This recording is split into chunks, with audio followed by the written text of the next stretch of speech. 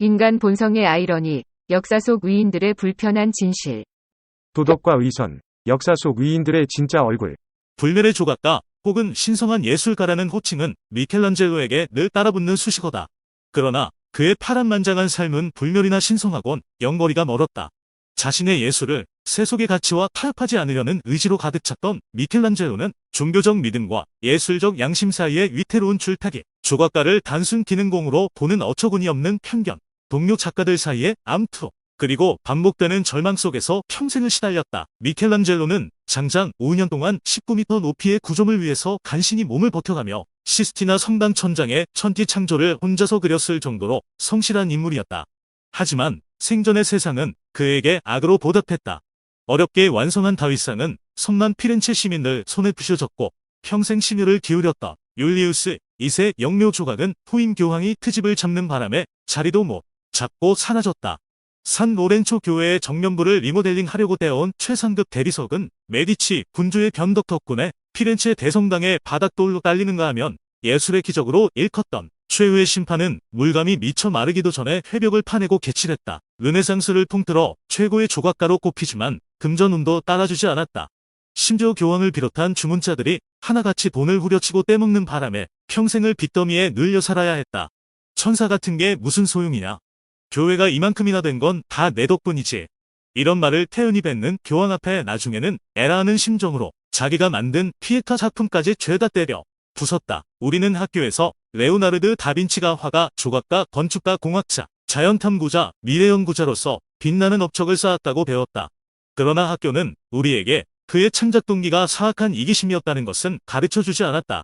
기실 다빈치는 대단히 이기적인 인물로서 뱀처럼 의심이 많았고 남과 과실을 나눈다는 생각을 거의 하지 않았다. 언제나 그는 다른 사람들이 자신의 아이디어를 훔쳐갈까봐 두려워했다. 그는 거울에 비추어 보아야 제대로 읽을 수 있는 왼손 글씨를 사용했으며 약자와 단어 붙여쓰기 등으로 다른 사람들이 해독하기 힘든 노트를 만들어 사용했으며 그 일부는 오늘날까지도 완전히 해독되지 않고 있다. 우리는 레오나르드 다빈치가 모나리자를 그린 것도 당시 무기업계의 최고 기능 보유자로서 잔혹한 살인 취향을 가졌던 체사르 보르지아를 위해 잔인한 무기들을 고안한 것도 순전히 개인의 이익 추구 때문이었다는 사실은 배우지 않았다. 하여튼 사람들의 이기심이 없었다면 세상은 더 어려웠을 것이다. 미켈란젤로 역시 오늘날 우리들이 알고 있는 것만큼 선으로 가득 찬 인물은 아니었다. 학교는 우리에게 미켈란젤로가 당시 최고 수급 작품 제작자였다는 사실은 가르쳐주지 않았다. 사람들의 태도는 늘 이중적이다. 조르조 바사리는 예술가 열전에서 그 부분을 이렇게 묘사했다. 미켈란젤로는 진짜와 똑같은 가짜 그림들을 그렸다. 그림의 연기를 꽤 오래된 것처럼 만들기도 했다. 때론 빌려온 원본 그림을 갖고 대신 자신이 그린 가짜를 돌려주기도 했다. 그 밖에 논쟁의 여지가 있는 문제들에 대해서는 종종 미켈란젤로의 주장만 알려져 있다. 18세기에 가장 영향력 있는 계몽사상가 중 한 사람이었던 장 자크 루소는 다른 재능들은 모두 뛰어났지만 인간적인 면에서는 괴팍하고 모순투성이의 인간 말종이었다. 그는 1741년 만난 테레제와 1768년에 결혼하고 5명의 아이들을 낳았다. 장 자크 루소는 후일 이 5명의 아이들을 모두 고아원으로 보내는 만행을 저질렀지만 어느 아버지도 내가 했던 것보다 더 다정하게 해줄 수 없다고 주장했을 정도로 뻔뻔한 인물이었다. 그 아이들을 포함하여 그의 수많은 자식들은 고아시설에 맡겨졌다가 거기에서 대부분 굶어 죽은 것으로 추측된다. 또 그는 자신을 위해 아이를 5이나 낳아준 테레제마저 한 번도 사랑한 적이 없다고 말한 인물이다. 하지만 이런 위선에도 불구하고 문명이 인간에게 악영향을 끼쳤다. 인간은 자유롭게 태어났지만 어디서든지 속박받는다는 그의 위대한 사상은 여전히 남아 세인의 높은 평가를 받고 있다. 아리스토텔레스는 이렇게 말했다. 선은 두 가지의 의미가 있다. 하나는 절대적인 선이며 다른 하나는 누군가를 위한 선이다. 마하트마 간디는 흔히 자신이 지닌 도덕적인 권위에 힘입어 인도를 영국으로부터 독립시킨 사람으로 통한다. 역사가들은 비폭력 저항을 내세운 간디가 영국이라는 거대한 식민지 권력의 무릎을 꿇게 했다고 강조한다. 그러나 실제로는 인도 해방에서 간디의 역할은 그리 크지 않았다. 영국이 인도로부터 철수하게 된 결정적인 이유는 간디의 단식 투쟁이라기보다는 제2차 세계대전으로 인한 영국의 경제력 약화와 이미 1930년대 중반부터 서서히 시작된 행정권력의 자발적인 철수 때문이었다. 인도는 이미 간디가 살아있을 때부터 비폭력주의를 벌였다. 오늘날 간디가 과대평가되고 있는 것은 정치적인 측면에서만이 아니다. 수많은 사람들이 간디를 도덕적이고 정신적인 모범으로 간주하고 있지만 실상은 다르다. 간디는 집안 어른들의 끊임없는 간섭에 염증을 느껴 자살을 결심한 적도 있었다. 청소년 시기에는 섹스 이외에는 아무것도 안중에 없었다. 급기야는 이로 인해 1년을 유급까지 당했다. 한 번은 자신의 추종자였던 독일 여성의 뺨을 때린 적도 있었다.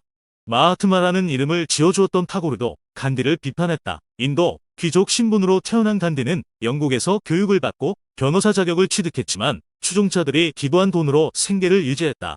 간디를 지원하는 부자들은 간디와 그의 추종자들이 아슐람에서 생활하는데 필요한 유지비를 댔다. 간디에게 청빈한 삶을 가능하도록 하기 위해 나라 전체로 볼 때 어마어마한 재산이 들었다. 간디의 후계자로서 인도 국민회의를 이끈 여류 시인 나이두가 한 말이다. 간디의 제자이자 후에 인도의 첫 수상이 된 네루는 간디가 결코 열린 정신의 소유자는 아니었다고 증언한다. 오히려 간디를 마주대하면 벽에 대고 말하는 것 같은 느낌이 들었고 언제나 자신의 견해에 사로잡혀 다른 의견은 중요하게 여기지 않았다고 한다. 인도 출신의 작가 살만 루슈다는 간디는 더할 나위 없이 무미건조한 사람이었고 교훈적인 설교만 일삼던 사람이었다. 이런 간디를 우상화하는 것은 어리석은 일이다. 라고 말한 바 있다. 의심할 여지 없이 악인은 부도덕하다. 그러나 덕 있는 자가 행하는 악은 누가 말할 수 있겠는가? 미국인이 그토록 자랑하는 링컨 대통령에 대해서도 우리는 다음과 같은 사실을 배운 적이 없다. 링컨은 22살에 집을 나온 후 다시는 집에 돌아가지 않았다. 결혼식 때도 아버지 토마스 링컨을 초대하지 않았으며 아버지가 죽었을 때도 링컨은 장례식에 가지 않았다. 자식들이 가겠다는 것도 막았다. 링컨은 소심하고 비관적이고 음울하고 비밀이 많고 자신감이 없고 자신이 급사하거나 심지어 미치지 않을까 하는 강박관념에 사로잡혔다고 알려져 있다. 또한 그는 우리가 생각하는 것처럼 노예 해방론자도 아니었다. 우리의 유교잣대로 링컨을 평가하면 그는 부모 자식도 개의치 않았던 페르나의 인간 쓰레기였다. 육신의 부모에게 잘하라는 기독교의 가르침에도 위배되는 인물이다. 역사는 철저히 승자의 편이다. 링컨의 실제 전기는 그의 고향 마을에서도 사후 100년 이상을 숨겼을 정도다. 그렇다. 사무엘 버틀러의 주장처럼 도덕이란 자기가 사는 나라의 관습이며 자기 친구들과 공유하는 감정에 불과한 것인지도 모른다. 그렇지 않다면 학교가 우리에게 위인들의 악한 면을 한 번도 가르쳐주지 않는 이유가 설명이 되지 않는다. 누가 착하게 살라고 하는가? 누가 도덕을 말하는가? 우리가 도덕적 잣대로 삼아온 사회관습은 시대 장소 문화 상황에 따라 가변적이고 상대적이다. 때론 상충하는 경우도 많다. 고대로부터 많은 종교인과 철학자들이 보편적이고 절대적인 잣대를 주장해왔지만 사정은 마찬가지다. 벤담의 공리주의와 칸트의 의무주의도 모든 구체적 상황에서 생기는 도덕적 혼란을 완벽하게 풀어주지는 못했다. 이런 문제의 혼란은 생명공학의 급속한 발전 여파로 더욱 커지고 있다. 생명공학으로 제기되는 도덕적 문제를 피해갈 수 있는 개인이나 사회는 어디에도 찾아볼 수 없다. 옳고 그름의 윤리적 잣대로부터 자유로운 삶은 존재하지 않으며 선악의 도덕적 평가로부터 자유로운 행동은 존재하지 않는다. 모든 인간은 각자 나름대로 삶의 의미를 찾기 위해 살아간다. 거꾸로 누가 우리에게 당신 삶의 의미가 뭐냐고 묻는다면 기분이 어떨까? 그런데도 도덕주의자들은 우리에게 어떻게 살아야 하고 어떻게 행동해야 하는지를 가르치려 애쓴다. 문제는 거기서 멈추지 않는다. 도덕주의자들은 온갖 수단을 동원하여 우리에게 자신의 견해를 따르라고 강요하는 경우가 많다. 그런데 그런 사람들이 사다리의 높은 자리를 모두 차지하게 되면 착한 양들은 우리에 갇혀 신선한 풀은 구경도 못한 채 주인이 던져주는 사료만 먹고 한 많은 세월을 살아야 한다. 언제나 선하려고 하는 사람은 선하지 않은 수많은 사람들 사이에서 파멸할 수밖에 없다.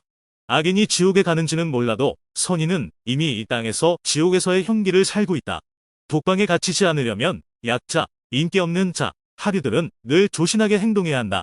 노역이라도 당하지 않으려면 성실히 직분을 다하고 사회 질서를 유지하고 자신의 삶에 만족하며 아이들이 교육에나 신경을 써야 한다. 던져주는 사료라도 잘 받아 먹으려면 낮은 급료에도 매일 일하러 가야 한다. 그래야 여자에게 인기 있는 자, 강자, 부자들은 현재 자신들의 특권적 위치를 완벽하게 누릴 수 있고 핑카와 폭탄이 공평하게 세금을 분담할 수 있기 때문이다. 내 주장이 위험한가? 그렇다면 누가 이러한 문제에 대해 옳고 그름을 공정하게 판단할 수 있겠는가?